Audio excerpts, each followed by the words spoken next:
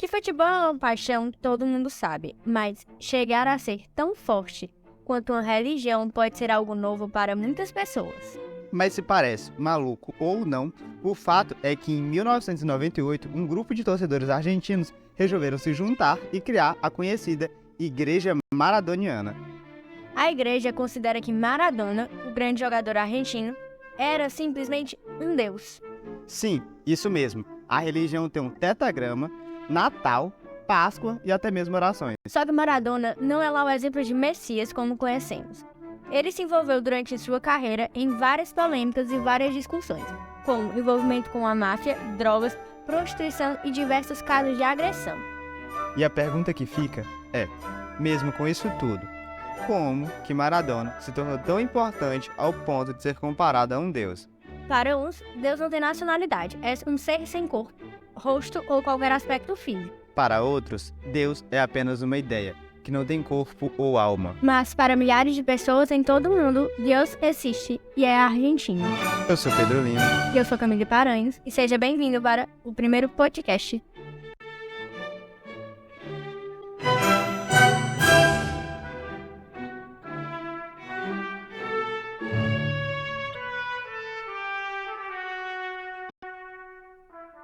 Maradona sempre teve uma carreira fenomenal e, de fato, pode ser considerado um dos maiores jogadores da história.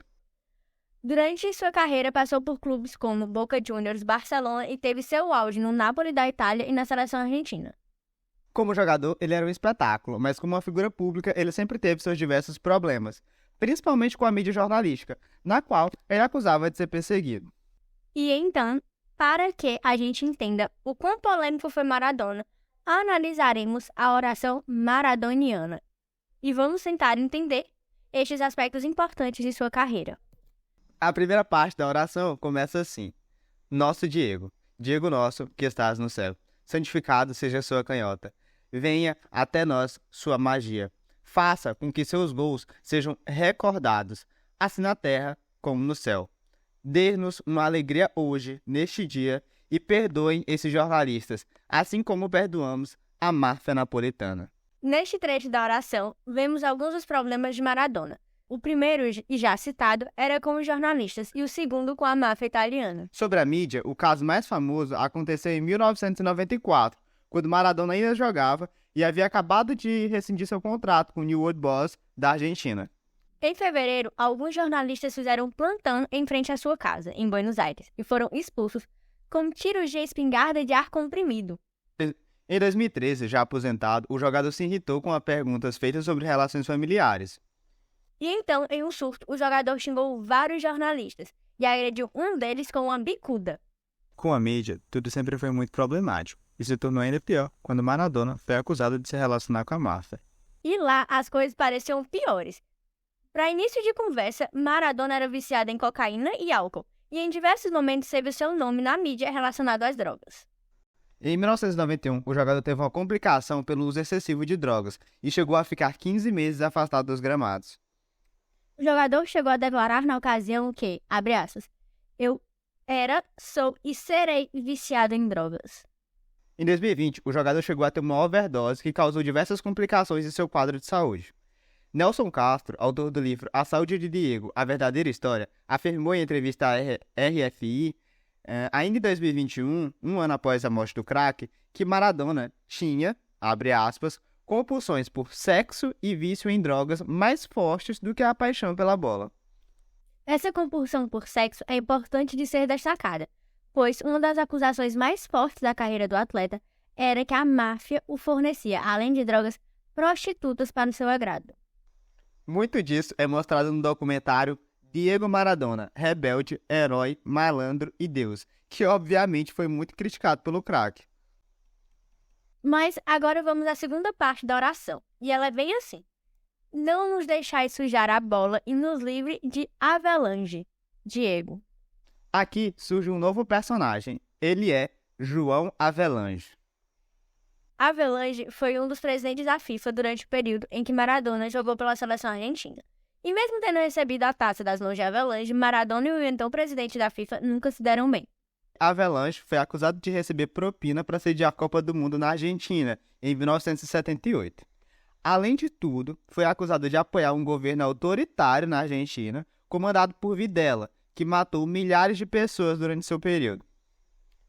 Um dos principais motivos pelo qual Maradona e Avalanche não se brincavam tem relação com a Copa de 86 e 90. A primeira foi com os horários da Copa do México, que eram realizados ao sol do meio-dia. Na ocasião, Maradona ameaçou organizar até mesmo uma greve, o que paralisaria todo o evento. A segunda foi em relação ao pênalti marcado a favor da Alemanha na Copa de 90, que deu o título à seleção alemã. E na ocasião, Maradona chamou a Avalanche de ladrão. Daí pra frente, a relação dos dois foi só ladeira abaixo. Maradona chegou a chamar a Avalanche de, abre aspas, vendedor de armas. O que fazia alusão aos seus negócios e de sua família na Bélgica. E o Avalanche retribuiu chamando Maradona de intoxicado, sem rumo e totalmente fora de si. Para deixar tudo pior entre os dois, a Avalanche é acusado até hoje pelos argentinos de ter fraudado a Copa de 94 vencida pelo Brasil. Sim, Maradona foi pego no doping da Copa de 94 e vinha em boa forma. As acusações da época eram que ele estava se drogando com cocaína. Mas o próprio jogador negou as acusações, levando até mesmo sua médica para o campo. Ao que tudo indica, após passar por uma péssima temporada no ano de 93, o jogador precisava perder peso e voltar à forma, então contratou uma equipe médica para ajudá-lo em tal missão. Mas a FIFA não aceitou as explicações e puniu o jogador, assim fazendo a Argentina perder seu maior triunfo.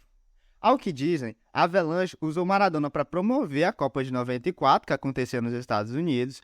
Como o país não era tão popular, a popularidade do Maradona ajudou a promover e chamar a atenção. E quando a Avalanche não precisava mais dele, o eliminou. Para isso, usou o doping e deixou o caminho livre para a seleção brasileira. Assim dizem os argentinos. Ainda falando da religião maradoniana, não podemos esquecer a Páscoa. E a Páscoa, aqui também, relembra um momento importante para a mesma. Nesse caso, glorifica aquele 22 de junho de 1986.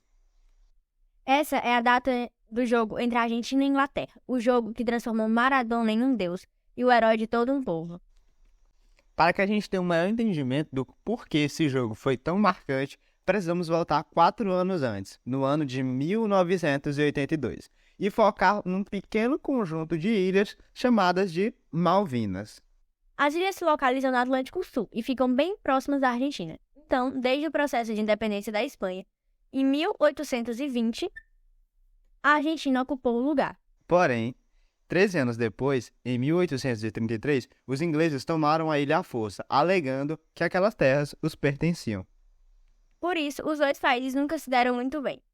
E já em 1982, o então comandante da ditadura argentina, Leopoldo Galtieri, ordenou o início da invasão às Malvinas, com o intuito de recuperar as terras para os argentinos.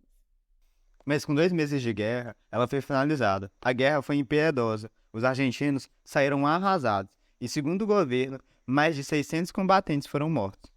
Os argentinos se sentiam humilhados, perderam seu povo e não tinham a sua terra de volta, e aí o futebol entra em cena. É importante destacar que os ingleses também são bastante apaixonados pelo futebol. Isso se dá, pois os mesmos são criadores do esporte. Então, para os argentinos, parecia uma bela vingança deixar o sonho dos ingleses de conquistar o mundo para trás. Naquela Copa, quando em plenas quartas de finais, cair a Argentina e a Inglaterra parecia quase uma segunda guerra. As torcidas estavam separadas, o clima era pesado e até o exército estava presente. E foi nesse jogo em que Maradona venceu uma guerra moral, e fez isso lindamente. Ele foi um espetáculo à parte e vingou os argentinos. Os 2 gols da partida foram dele, e cada um tem um significado próprio. O primeiro foi o de mão, no qual ganhou a denominação de La Mão de Deus. Parecia uma vingança divina. O gol que iniciou a partida e inflamou os argentinos. O segundo foi um espetáculo à parte, no qual, ali, ele humilhava os ingleses. Se o primeiro gol ele trapaceava, neste ele mostrou o gênio que sempre foi. Para que a gente entenda bem o que foi esse gol, é sempre bom relembrar a narração que ficou marcada na história. Saca la pelota Cuchufo para Enrique. Enrique engancha, le va a tocar para Diego. Ahí la tiene Maradona, lo marcan 2, pisa la pelota Maradona. Arranca por la derecha el genio del fútbol mundial. Y deja el dental y va a tocar para Borruchaga siempre Maradona. Genio, genio, genio, ta, ta, ta, ta, ta, ta, ta. ¡Gol!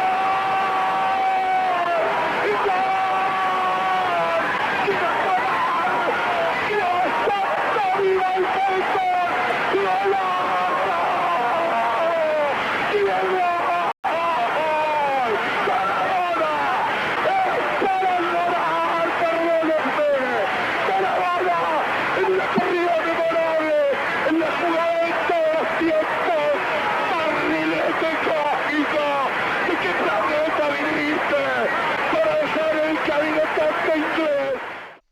e que o narrador destaca como pode deixar tantos ingleses para trás.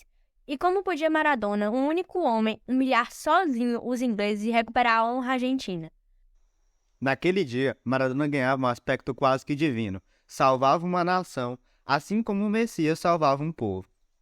Em 1986, além da recuperação da honra, a Argentina vencia a Copa, voltava ao topo do mundo. E não à toa, mesmo com tantos problemas, Maradona foi considerado um deus.